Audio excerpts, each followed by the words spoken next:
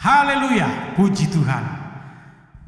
Berjumpa kembali kita di dalam renungan firman Allah untuk kita semua. Puji Tuhan. Sebelumnya kita tundukkan kepala. Kita berdoa. Bapa yang baik, kami bersyukur lagi untuk hari ini. Waktu dan kesempatan Engkau berikan bagi kami untuk menerima kebenaran firman-Mu. Tuntunlah hidup kami Tuhan dengan firman-Mu dari hari ke hari, agar kami tetap menjadi kuat di dalam Engkau. Kami terima kebenaran-Mu dengan mengucap syukur di dalam nama Tuhan Yesus Kristus. Haleluya. Amin. Puji Tuhan, saudara yang dikasihi Tuhan. Kiranya damai sejahtera selalu ada di dalam hidup saudara dan saya, dan sukacita surga tetap kita nikmati. Tema kita pada sore hari ini saya mengangkat di dalam Injil Yohanes pasal yang ke-15. Saya angkat dari Injil Yohanes pasal yang ke-15, yaitu tentang bagaimana kita harus tinggal di dalam Kristus Yesus. Ayat yang pertama, akulah pokok anggur yang benar, dan Bapakulah pengusahanya. Setiap ranting padaku yang tidak berbuah dipotongnya, dan setiap ranting yang berbuah dibersihkannya, supaya ia lebih banyak berbuah. Kamu memang sudah bersih karena firman yang telah kukatakan kepadamu. Tinggallah di dalam aku dan aku dalam kamu, sama seperti ranting tidak dapat berbuah dari dirinya sendiri kalau ia tidak tinggal pada pokok anggur. Kemudian demikian juga kamu tidak berbuah jikalau kamu tidak tinggal di dalam aku. Akulah pokok anggur dan kamulah ranting-rantingnya. Barang siapa tidak tinggal dalam aku dan aku dalam dia, ia berbuah banyak. Sebab di luar aku kamu tidak dapat berbuat apa-apa. Barang siapa tidak tinggal dalam aku, ia dibuang keluar seperti ranting dan menjadi kering, kemudian dikumpulkan orang, dicampakkan ke dalam api lalu dibakar. Jikalau kamu tinggal dalam aku dan firmanku tinggal dalam kamu, mintalah apa saja yang kamu kehendaki dan kamu akan menerimanya. Dalam hal inilah Bapakku dipermuliakan, yaitu jika kamu berbuah banyak. Dengan demikian kamu adalah murid-muridku. Saudara, berbicara tentang tinggal di dalam aku, tinggal di dalam Kristus, itu berarti kita akan harus, mau tidak mau, suka tidak mau tidak suka, kita akan berlanjut hidup di dalam Kristus. Ya, kita akan berlanjut hidup di dalam Kristus. Ketika orang percaya diselamatkan, ia digambarkan sebagai orang yang tinggal di dalam Kristus. Roma 8 ayat 1, ya, sudah menegaskan di sana. Kemudian 2 Korintus 5 ayat yang ke-17. Jadi tinggal dalam Kristus bukan suatu tingkatan, tetapi lebih daripada mengenalkan diri kita, menyadarkan diri kita, di sanalah tempat kita berada. Di mana? Di dalam Kristus.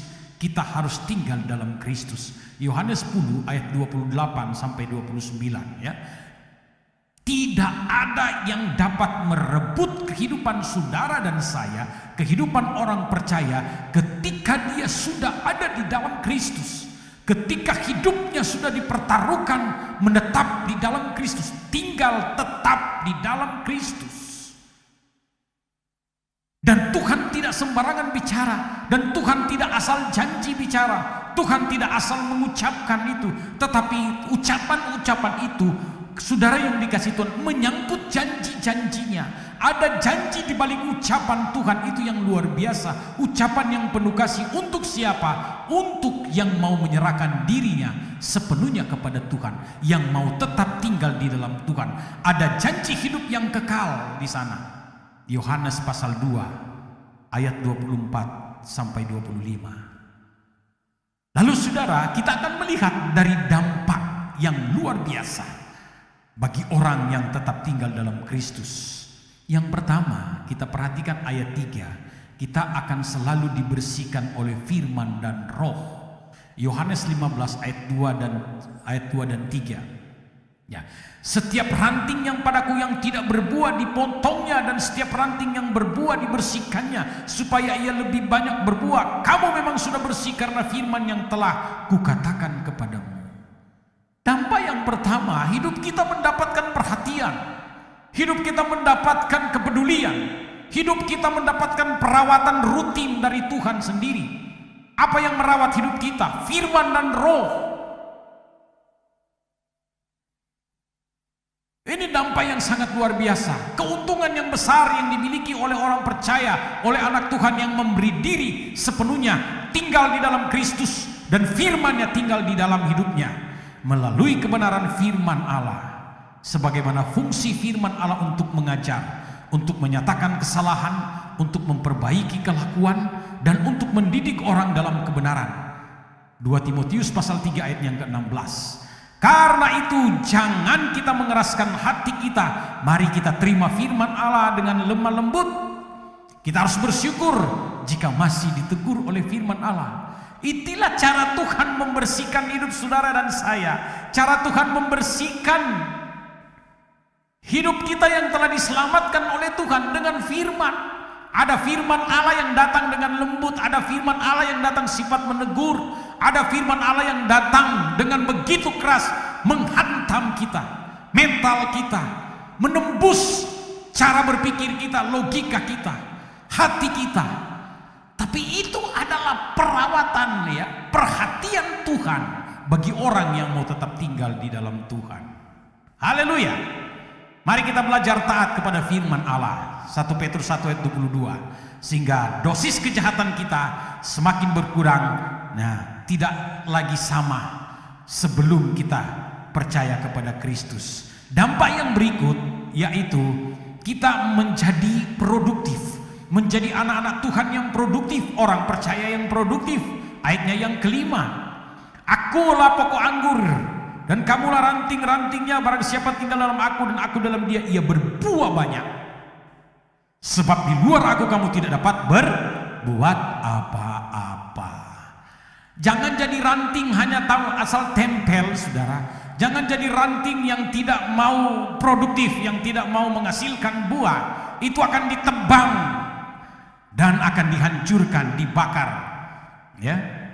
Tapi jadilah ranting yang berdampak positif, menjadi produktif, memiliki gagasan-gagasan yang indah sesuai dengan kehendak Tuhan, memiliki ide-ide yang begitu dahsyat, begitu luar biasa, memiliki terobosan-terobosan yang sesuai dengan firman Allah, berdampak positif, ya, menjadi produktif, iman kita menjadi dinamis dan sebagainya.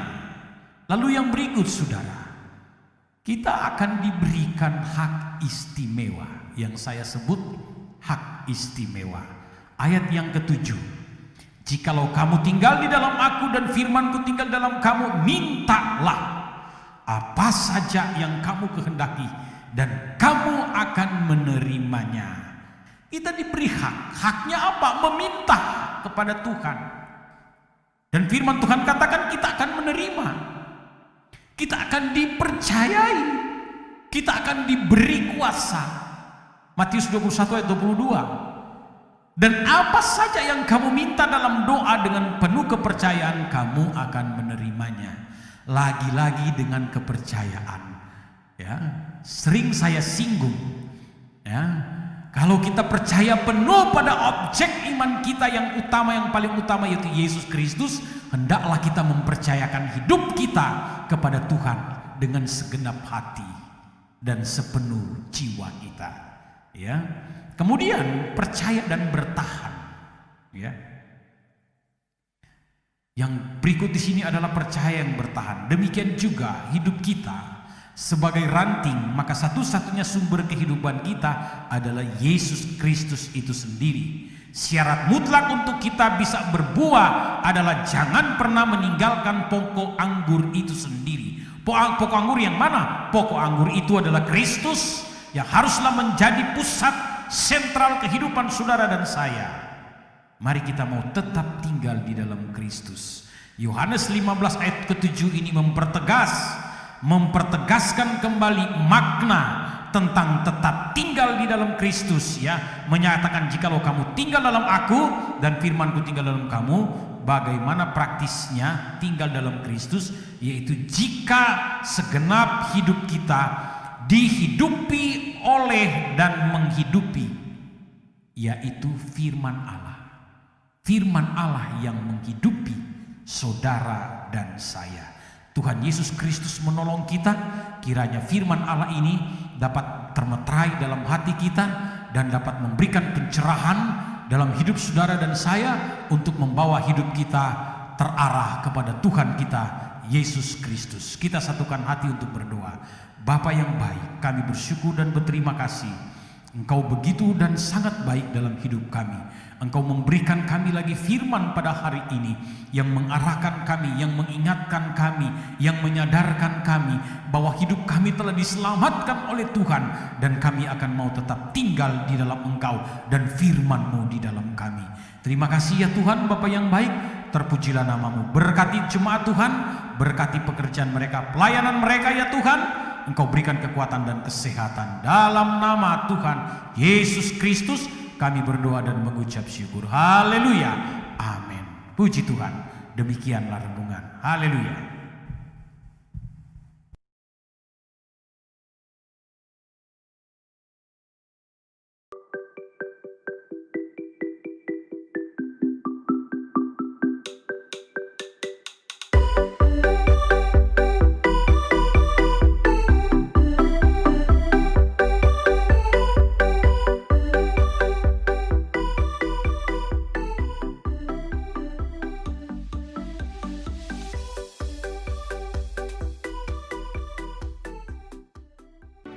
Gerejaku adalah rumahku.